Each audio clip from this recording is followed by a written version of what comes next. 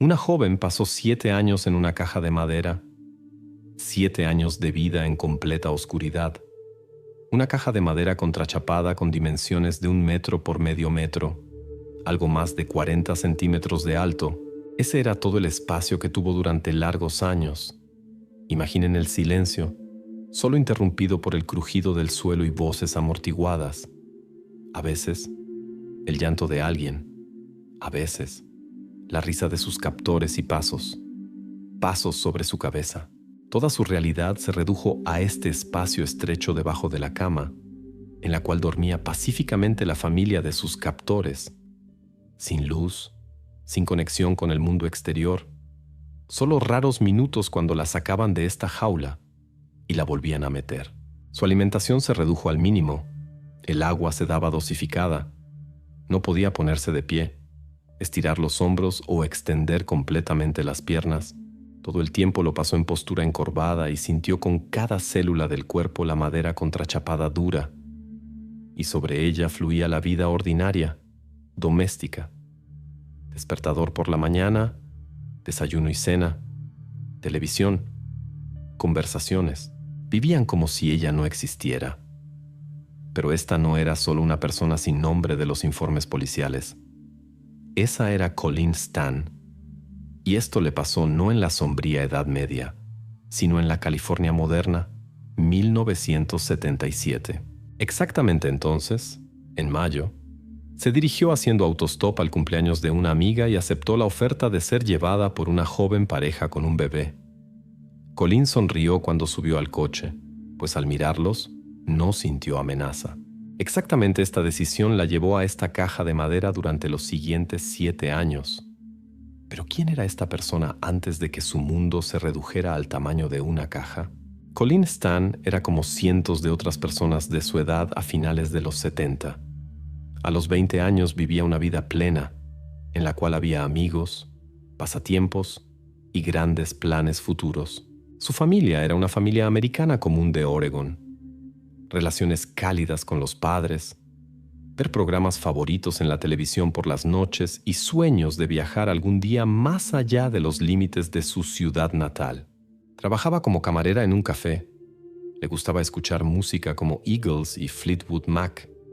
Y en la pared de su habitación colgaban pósters de bandas populares y películas. Parecía que no había nada en la vida de Colleen que pudiera llevarla a una tragedia. El 19 de mayo de 1977, su amiga íntima tenía cumpleaños. La amiga vivía en una pequeña ciudad californiana llamada Westwood, aproximadamente 400 millas de la casa de Colleen en Eugene, Oregon. El camino no era pequeño, pero para Colleen eso no parecía ser problema. Ya había viajado varias veces haciendo autostop a ver a sus amigos y sabía cómo hacerlo de manera segura. En esos días eso era normal. Los jóvenes viajaban haciendo autostop, sin sentir peligro particular. Colleen no era del tipo que se sube al primer coche que aparece. Miraba atentamente a los conductores y los coches. A veces rechazaba varias opciones seguidas, hasta que sentía que realmente podía confiar en la persona al volante. Esta vez, como de costumbre, se paró en la concurrida Interestatal 5, que pasa por toda California. Ya varios coches habían parado y ofrecido llevarla, pero Colleen rechazó cada vez, ya que sentía una incomodidad interior. Siempre confiaba en su intuición. Por eso no se apresuraba y esperaba hasta que apareciera exactamente el coche que realmente le convenía. Hacia el mediodía el sol comenzó a quemar y Colleen se cansó de estar parada en el calor. Ya comenzaba a pensar que tal vez debería regresar y viajar mañana, cuando a la distancia apareció una van azul que se acercaba lentamente por la carretera hacia ella. El coche parecía completamente ordinario, nada sospechoso. Al volante había un hombre joven, a su lado una mujer, y desde el asiento trasero se escuchaban suavemente voces.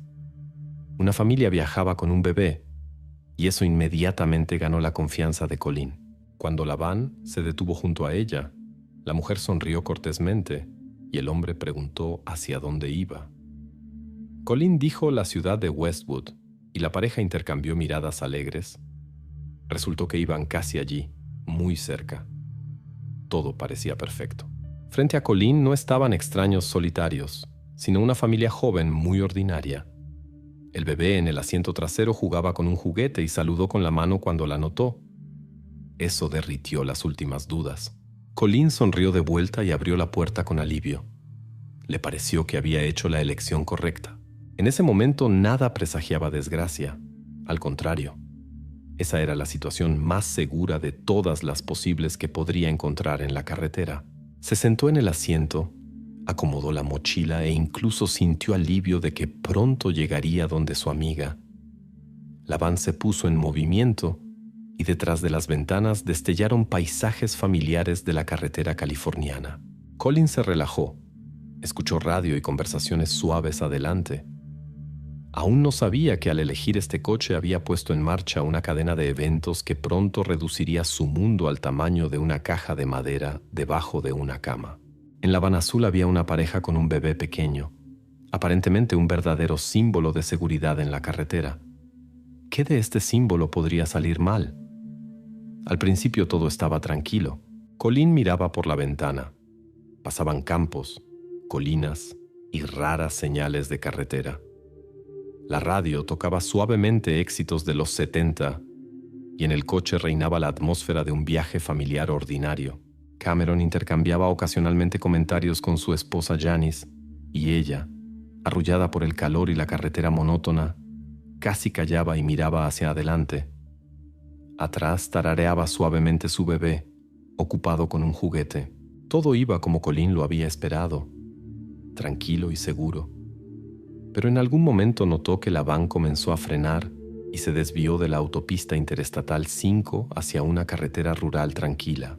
Colleen al principio no le prestó mucha atención a esto. Tal vez solo necesitaban hacer una pequeña parada o ir a algún lugar por negocios. Miraba atentamente la carretera frente a ella y esperaba que regresaran a la carretera principal. Pero en su lugar, el coche continuó por la carretera desierta, cubierta de árboles, y se adentraba cada vez más en el bosque. Colleen sintió el primer escalofrío frío de miedo, pero trató de mantenerse tranquila. Miró varias veces a Janice buscando apoyo o al menos una explicación, pero la mujer siguió sentada inmóvil y mirando hacia adelante, como si no notara lo que pasaba a su alrededor. De repente Cameron detuvo el coche en medio de la carretera desierta. Alrededor había silencio absoluto, solo los árboles susurraban y los pájaros cantaban. El hombre abrió la puerta y salió en silencio. Los segundos se extendían dolorosamente lentos y el corazón de Colleen ya latía en sus oídos. Miró nuevamente a Janice, pero ella siguió mirando hacia adelante como si estuviera congelada. ¿Por qué no reaccionaba? La respuesta llegó antes de que pudiera decir algo o hacer algo. La puerta junto a Colleen se abrió abruptamente y en las manos de Cameron apareció algo peligroso. Su mirada era fría, distante, como si no viera una persona viva frente a él. Colleen ni siquiera logró gritar cuando él la sacó bruscamente del coche y le ordenó callarse, amenazándola. La joven fue inmovilizada rápida y firmemente, sin oportunidad de resistencia. Le pusieron en la cabeza un extraño dispositivo de madera y cuero que bloqueó completamente la vista y el oído. Colleen se sumergió en completa oscuridad. El mundo desapareció en un momento, se disolvió y la dejó sola con pánico y completa impotencia. La van se puso en movimiento nuevamente, pero ahora su pasajero ya era una prisionera. La ruptura con el mundo normal estaba consumada. Para Colleen Stan comenzó una vida completamente diferente, cuya existencia ni siquiera podría haber imaginado. El 19 de mayo de 1977, Colleen Stan no llegó a Westwood. La amiga, hacia donde Colleen se dirigía, miró todo el día el reloj y revisó la ventana, esperando ver su silueta en el umbral. Comenzó a preocuparse hacia la noche, pero trató de convencerse de que solo se había retrasado en el camino. Viajar haciendo autostop es algo impredecible, especialmente en un viaje tan largo. Sin embargo, llegó la noche, luego la mañana del día siguiente, y Colleen no apareció. El primer pensamiento de la amiga fue simple: hay que llamar a la policía. En esos años no era costumbre entrar en pánico prematuramente, especialmente por jóvenes que viajaban haciendo autostop. Pero en este caso la policía reaccionó bastante rápido, porque la desaparición parecía extraña. Debería haber llegado ayer, pero sus rastros no se encontraron en ningún lado. Los policías comenzaron interrogando a residentes y empleados de gasolineras a lo largo de la Interestatal 5, por donde viajaba hacia el sur. Muchos en la carretera habían visto a alguien que se parecía a Colleen, una persona con mochila, cabello largo, pantalones acampanados y una camiseta clara. Quedó en el recuerdo por su sonrisa y amabilidad, pero nadie pudo dar pistas concretas más allá de la descripción física. Sin embargo, varios testigos destacaron lo mismo. Una persona muy parecida a Colleen se subió a una furgoneta azul. Al principio esto no parecía una evidencia especial. En esos tiempos rodaban miles de tales vehículos por las carreteras y jóvenes parejas que viajaban haciendo autostop o llevaban a otras personas era algo completamente normal. Pero pronto aparecieron varias coincidencias que hicieron que la policía se aferrara precisamente a este detalle. Los testigos recordaron que la furgoneta era exactamente azul, que el conductor era un hombre de aproximadamente 30 años. Junto a él se sentaba una mujer joven, y en el vehículo había un bebé con ellos.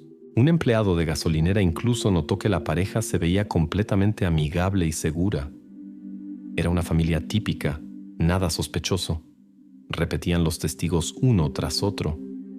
Pero precisamente esta tipicidad se convirtió en el mayor problema. Los policías intentaron identificar a los propietarios de la furgoneta, revisaron documentos e interrogaron a residentes locales. Pero mientras más gente interrogaban, más entendían. Una furgoneta azul con una pareja joven y bebé en el vehículo era apenas menos que la aparición más común en las carreteras de California.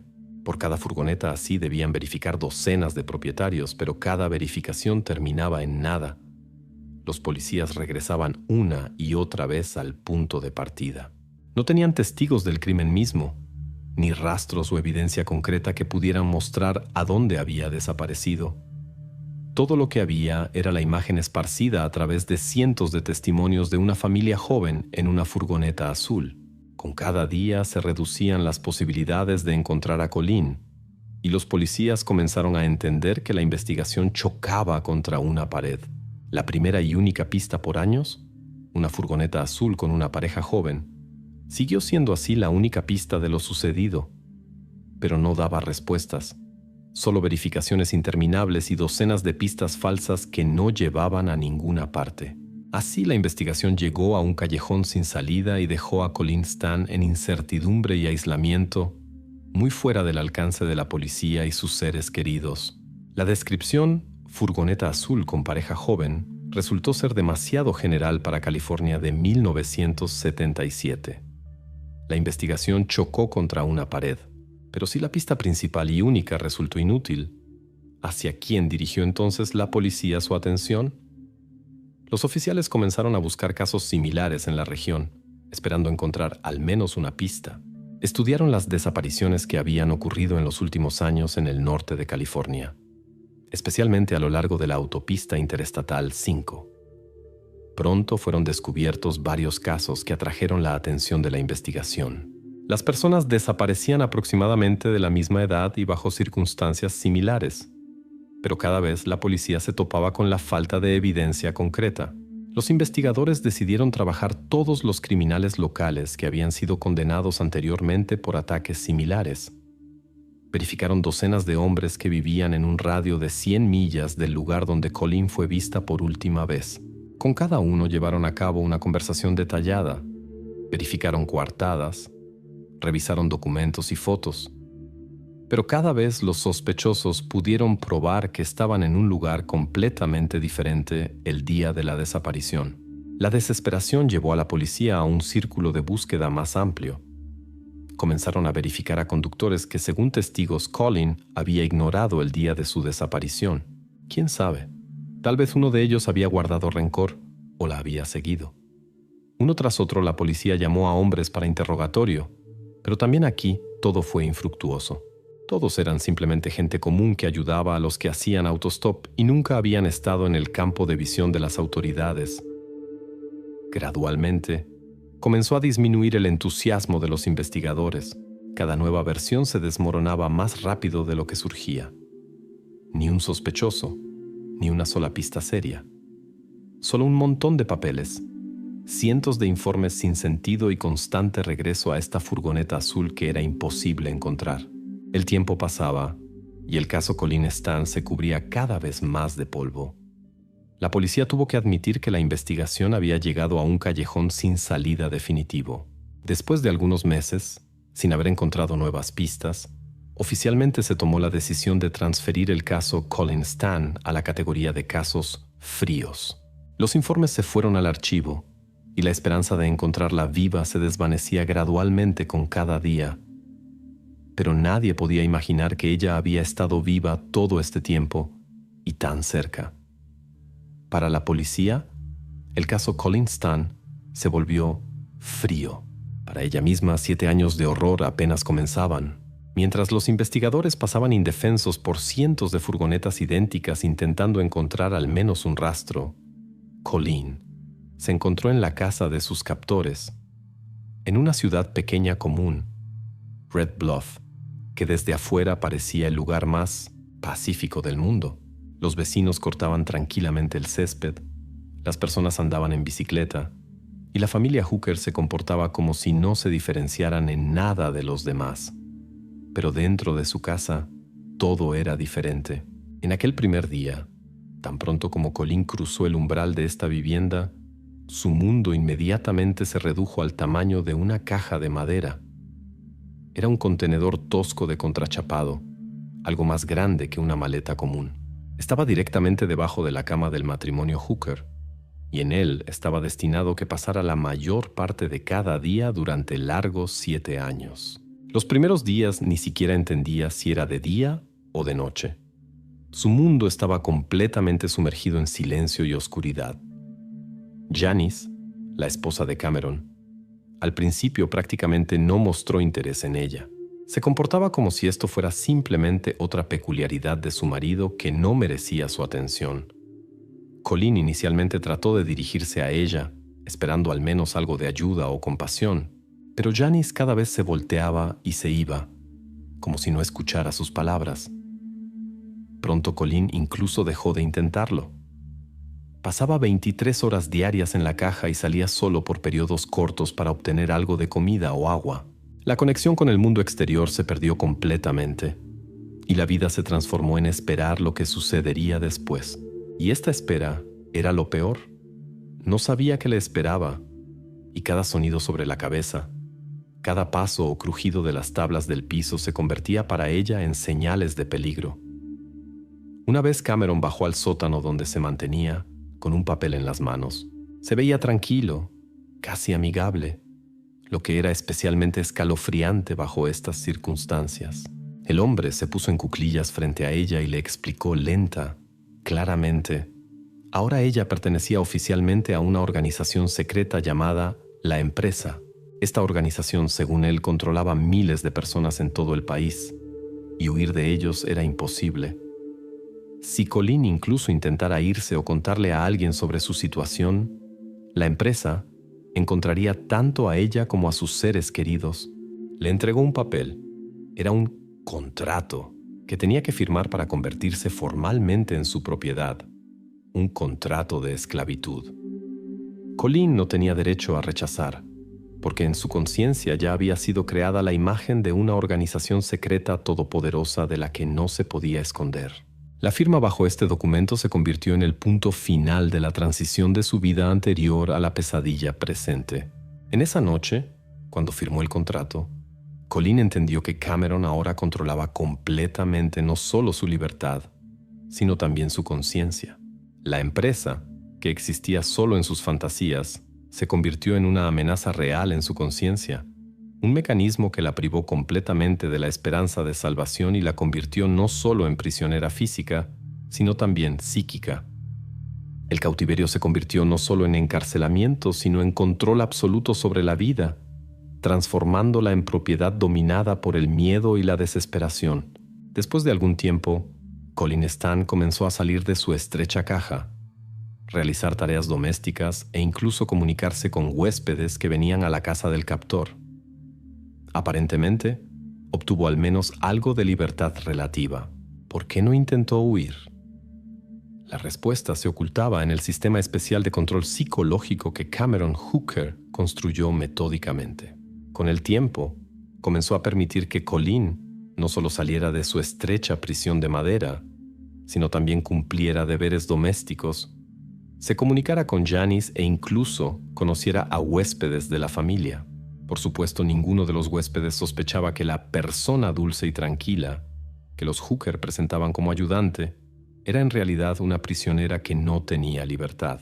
Cameron martilló fina y consistentemente en la conciencia la idea de que cada uno de sus pasos era controlado por la poderosa empresa.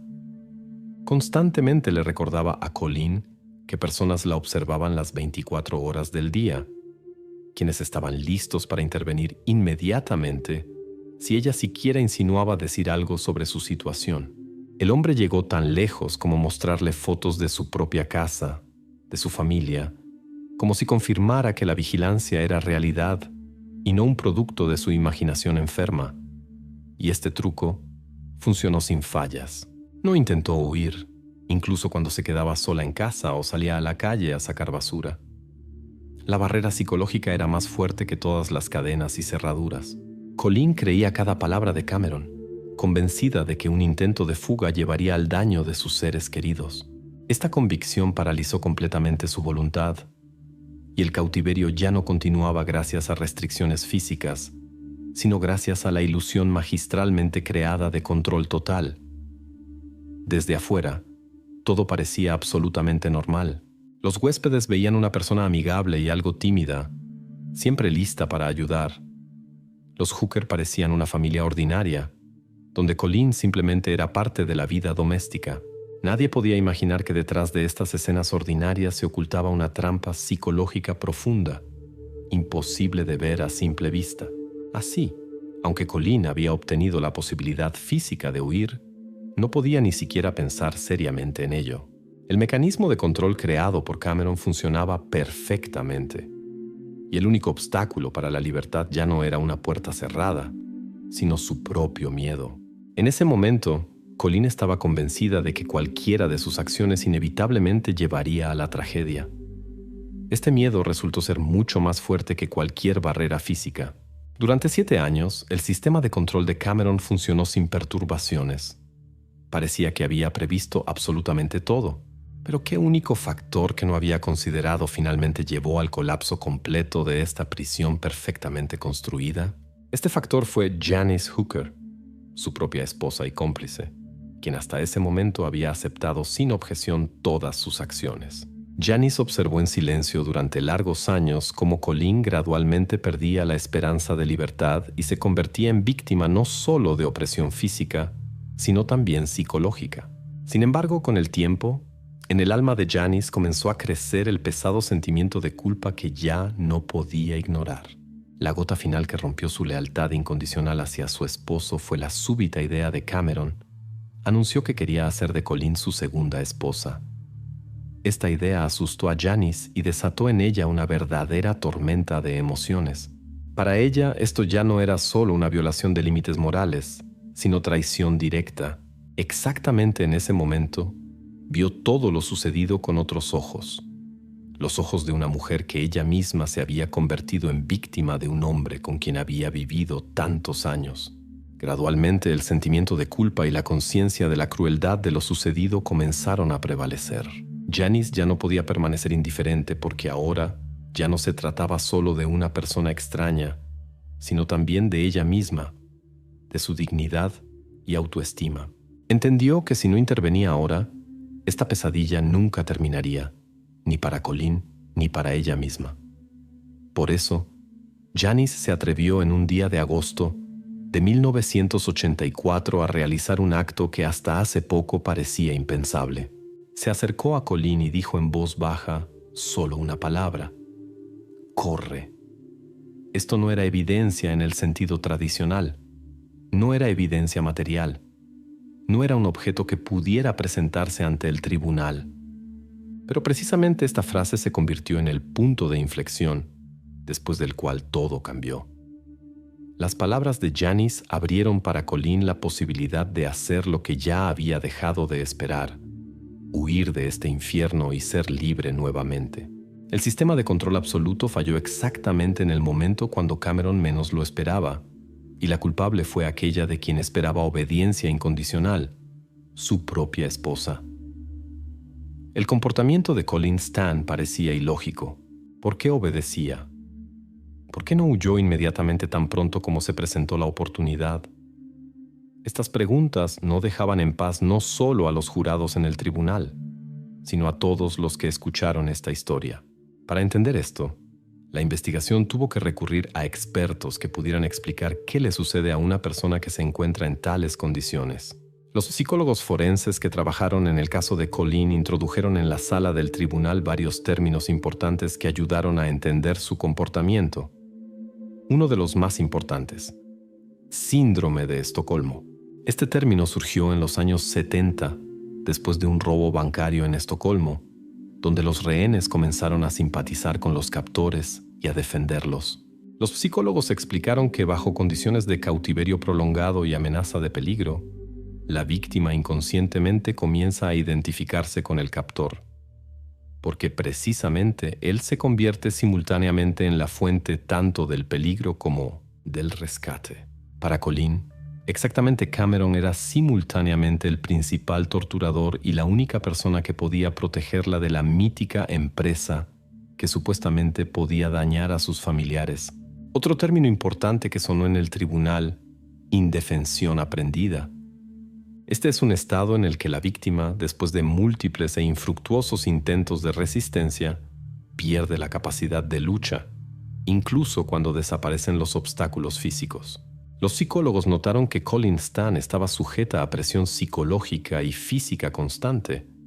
Sistemáticamente la privaban del sueño, limitaban la comida, usaban privación sensorial, aislamiento completo de estímulos externos. Todo esto llevó a la destrucción de su voluntad y autoestima, y formó en ella la convicción de impotencia absoluta frente a los captores. Los expertos dieron ejemplos. Una persona que se encuentra en tales condiciones inicialmente intenta resistir, pero pronto entiende que todas las acciones son inútiles e incluso peligrosas. En la conciencia de la víctima se consolida la idea de que la única estrategia de supervivencia es la sumisión total e incondicional. Colleen se encontraba exactamente en tal estado. Su calma exterior y obediencia no eran expresión de consentimiento, sino un intento desesperado de sobrevivir y conservar al menos algo de control sobre su propia vida. Así, los expertos llegaron inequívocamente a la conclusión: el comportamiento de Colleen era completamente racional, considerando todo el horror y la absurdidad de la situación en la que se encontraba. Su consentimiento silencioso no era debilidad, sino la única estrategia de supervivencia disponible para ella. Bajo condiciones de amenaza constante, su conciencia encontró una manera de adaptarse y preservar la vida, incluso si desde afuera parecía ilógico. Exactamente estas conclusiones de los psicólogos se convirtieron en la clave para entender lo que le pasó a Colleen Stan y por qué se comportó exactamente así. En agosto de 1984, Colleen Stan se encontró en libertad. Pudo respirar aire fresco a plenos pulmones, sentir que ya no existía esa jaula opresiva, que ya nadie controlaba cada uno de sus pasos. Pero no fue a la policía. Permaneció en silencio. Y este silencio parecía absolutamente inexplicable. Si la propia víctima permanecía en silencio, ¿quién decidió entonces y por qué retomar el caso después de largos meses de silencio? Colleen no pidió ayuda porque tenía miedo pánico de la empresa. Estaba convencida de que tan pronto como se dirigiera a las autoridades, su familia sería dañada y ella sería capturada nuevamente y devuelta a esa caja bajo la cama. Por eso, decidió simplemente desaparecer sin atraer atención, pero el mundo que dejó no estaba preparado para olvidar todo tan fácilmente. Precisamente Janice, la esposa del captor, se convirtió en la clave que después de algún tiempo abrió las puertas del caso cerrado. Parecía que después de liberar a Colleen, había regresado al mundo habitual y buscaba olvidar, como si nada hubiera pasado. Pero no logró olvidar. Janice era atormentada por la conciencia. Era atormentada por el miedo de que el esposo algún día volviera a retomar la pista. Ya no podía dormir tranquila. Tenía miedo por sí misma. Tenía miedo por Colleen. Finalmente, Janice no pudo más y se dirigió a un sacerdote local en busca de ayuda.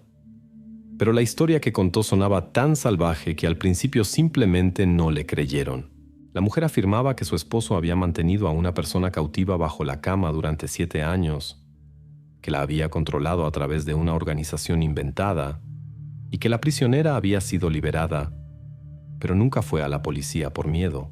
El sacerdote aconsejó a Janice dirigirse a las autoridades, pero allí también reaccionaron a su historia con enorme escepticismo. Esta historia parecía demasiado increíble, demasiado cruel para ser verdad. Sin embargo, Janice no se rindió.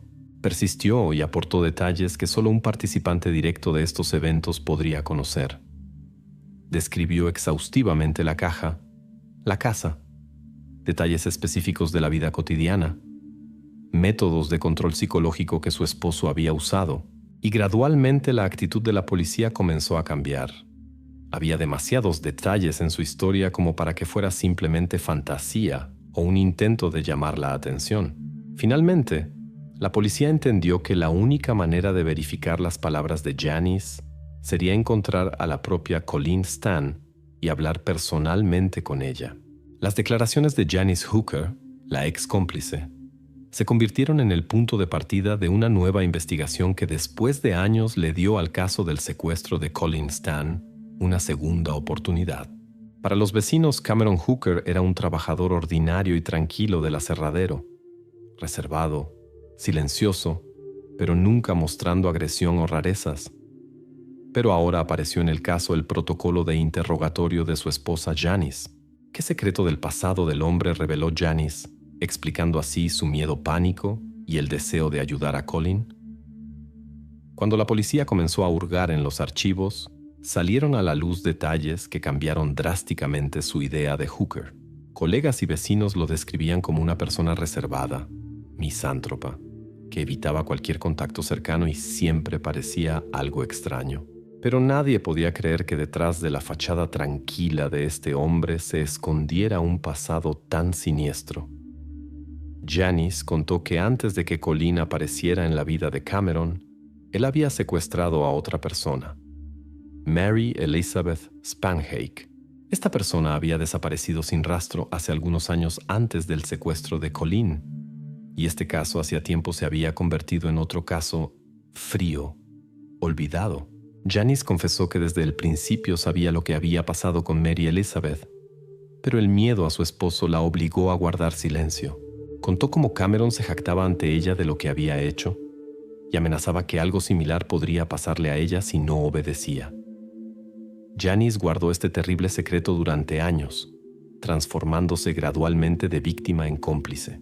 Pero cuando Cameron comenzó a hablar de hacer de Colleen su segunda esposa, en Janice volvieron a surgir en la memoria las imágenes de Mary Elizabeth. Entendió que no se podía seguir callando, que esa era la única manera de prevenir la repetición de la pesadilla pasada. Ahora el motivo de Janice para ayudar a Colleen obtuvo un significado completamente nuevo. No era solo un intento de corregir errores pasados o expiar la culpa.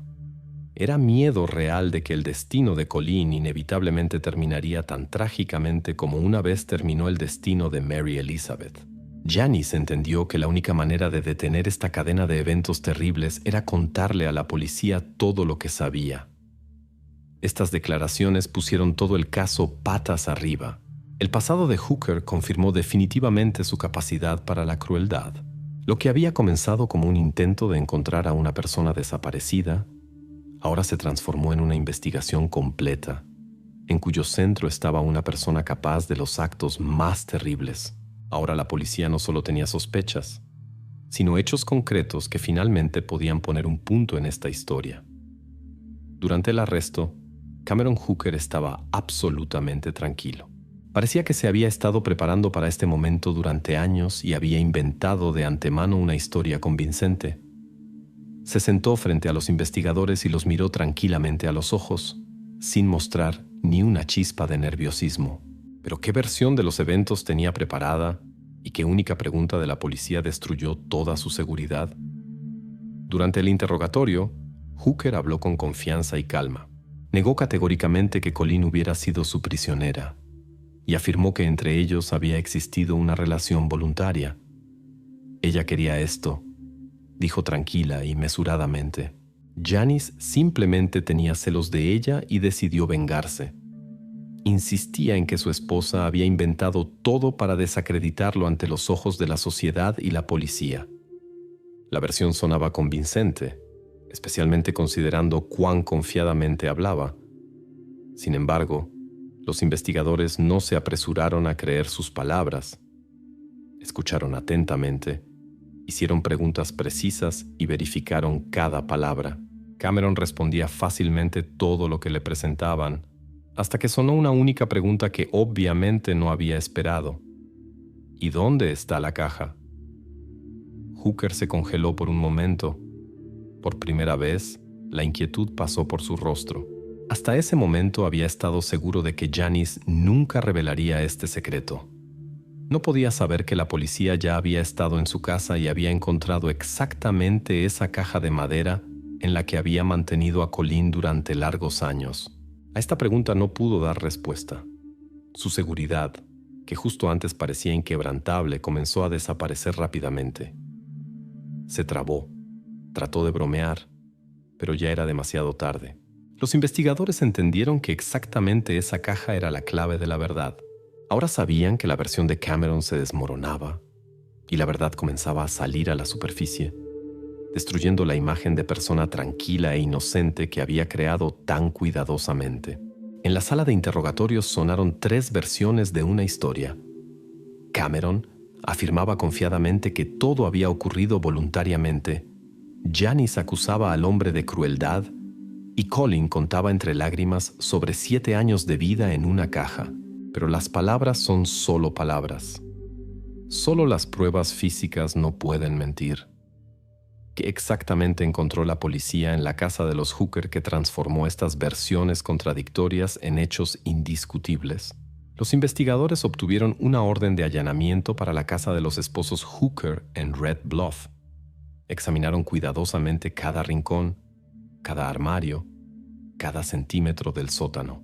Pronto se descubrieron pruebas que hicieron sentir mal incluso a los policías más experimentados. En la habitación de los esposos, directamente bajo la cama, se encontró exactamente esa caja de madera, una construcción tosca de contrachapado con agujeros para el aire. El tamaño y la disposición interior coincidían completamente con las descripciones de Colleen y Janice. Pero la policía no se detuvo ahí. En el sótano de la casa se descubrieron grandes ganchos metálicos atornillados al techo. Su presencia probaba que allí se realizaban exactamente los procedimientos de los que había contado Colleen. Ya no eran fantasías o invenciones, sino testimonios reales y tangibles del crimen. Sin embargo, la prueba más importante y convincente fue un documento encontrado en la casa, escrito de puño y letra de Cameron Hooker, ese contrato de esclavitud. El papel estaba amarillento, con anotaciones y la firma, que confirmaba que voluntariamente aceptaba convertirse en propiedad del hombre y de la mítica empresa. Este documento transformó las palabras sobre voluntariedad de las relaciones en completo sinsentido y desnudó la terrible realidad del control psicológico y la manipulación. Estos 3 elementos, caja, ganchos y documento, coincidían tan perfectamente con las declaraciones de Colleen y Janice que incluso las dudas más cínicas se disiparon. Ahora la policía no necesitaba adivinar quién de las 3 personas en la sala de interrogatorios decía la verdad. Las pruebas físicas daban por sí mismas una respuesta inequívoca.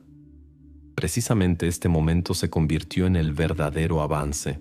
Ahora la investigación tenía ante sí una combinación perfecta: el testimonio de la víctima, la confirmación de la cómplice y evidencia material indiscutible. Toda la defensa de Cameron Hooker, construida sobre sus palabras y su certeza, se desplomó en un día. Ahora solo le quedaba guardar silencio y escuchar cómo los investigadores desplegaban los hechos ante él y destruían una por una su mentira cuidadosamente construida. Incluso cuando esa caja de madera fue traída a la sala del tribunal, Cameron Hooker continuó insistiendo obstinadamente en su inocencia. Se sentó ante los jurados, miró la evidencia como si la viera por primera vez y continuó afirmando tranquilamente que todo lo ocurrido había sido voluntario. Pero si nunca se declaró culpable, ¿cómo logró la acusación exponer su mentira ante los jurados? Durante todo el juicio, Hooker se aferró obstinadamente a su versión. Él y Colleen habían sido pareja. Los unía exclusivamente una relación amorosa. Sin embargo, todo cambió cuando comenzaron a llamar como testigos a quienes podían probar lo contrario. Primero apareció la propia Colleen Stan. Sin emociones innecesarias, metódica y tranquilamente describió 7 años de su vida en la caja. La joven reprodujo exactamente cada detalle: el tamaño del cofre de contrachapado, el olor de la pintura, los sonidos de los pasos sobre su cabeza. Luego fue presentado aquel contrato que destruyó completamente la versión de Hooker sobre la voluntariedad de lo ocurrido. La sala del tribunal se sumió en un silencio opresivo cuando Colleen explicó a los jurados por qué había firmado ese terrible documento y cómo el miedo a la inventada empresa paralizó su voluntad de resistir. Pero el golpe decisivo contra la defensa lo dieron los testimonios de Janice Hooker.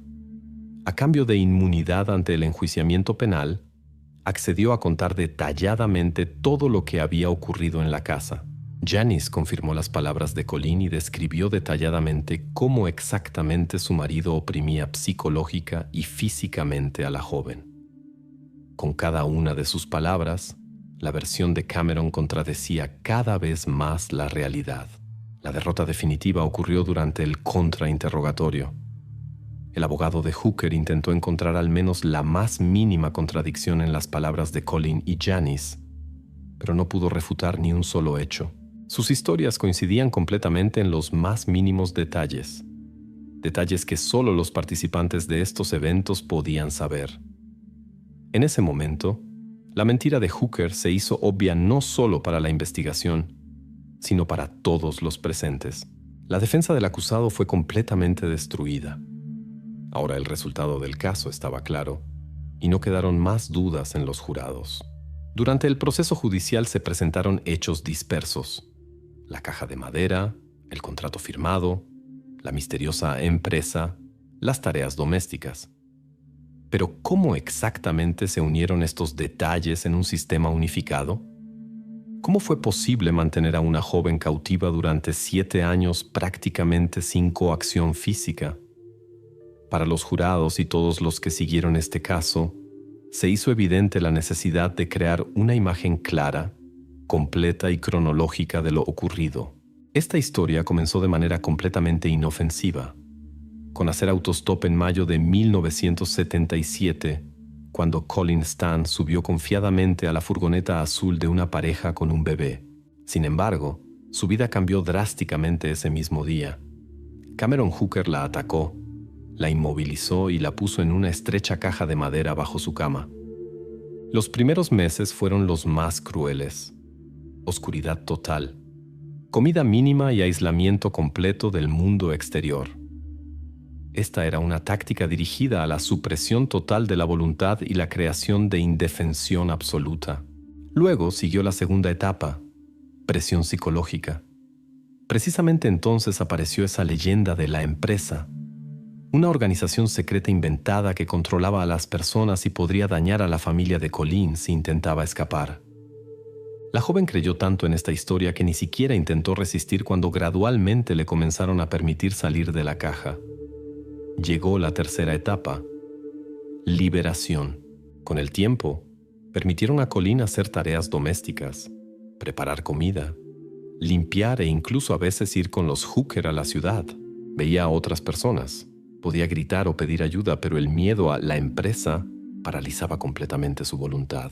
Se encontraba en un extraño estado intermedio entre libertad y cautiverio, donde las restricciones físicas fueron reemplazadas por miedo invisible. Un papel clave lo jugó Janice Hooker, la esposa del captor. Al principio era solo una cómplice pasiva, que observaba silenciosamente todo lo que ocurría. Luego se convirtió en cómplice activa y ayudó a su marido a mantener la ilusión de control. Pero finalmente, precisamente Janice se convirtió en la salvadora. Su miedo al hombre gradualmente cedió ante el sentimiento de culpa, especialmente cuando Cameron decidió hacer de Colleen su segunda esposa. Janice no pudo soportarlo y decidió terminar con esta pesadilla. La reconstrucción de los eventos finalmente permitió cerrar completamente las preguntas sobre la mecánica del crimen. Ahora los jurados entendieron cómo se pudo mantener a una persona cautiva durante 7 años sin ninguna reja o cadenas. En este caso, la principal arma no fue en absoluto la fuerza física, sino la más fina manipulación psicológica, gracias a la cual la víctima misma tenía miedo de irse, incluso cuando las puertas estaban abiertas. Después de la reconstrucción de esta espantosa pero lógica cadena de eventos, no quedó ni una sola pregunta en los jurados sobre cómo y por qué Colin Stan pudo vivir tanto tiempo en cautiverio sin intentar escapar. Ahora todos tenían una comprensión clara de cómo exactamente funciona el mecanismo de control psicológico absoluto que la mantuvo durante años en las garras del miedo y la indefensión. 22 de noviembre de 1985. Los jurados se retiraron a deliberar. Después de una semana de audiencias agotadoras, decenas de testigos, cientos de páginas de protocolos, finalmente recibieron la oportunidad de discutir entre ellos todo lo escuchado. En la sala del tribunal reinaba un silencio tenso.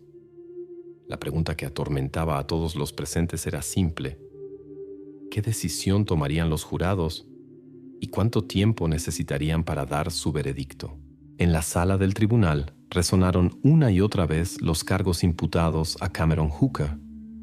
El fiscal, dirigiéndose a los jurados, leyó claramente cada punto: secuestro con uso de amenazas, maltrato sistemático, causar daños graves, privación ilegal de libertad con trato cruel.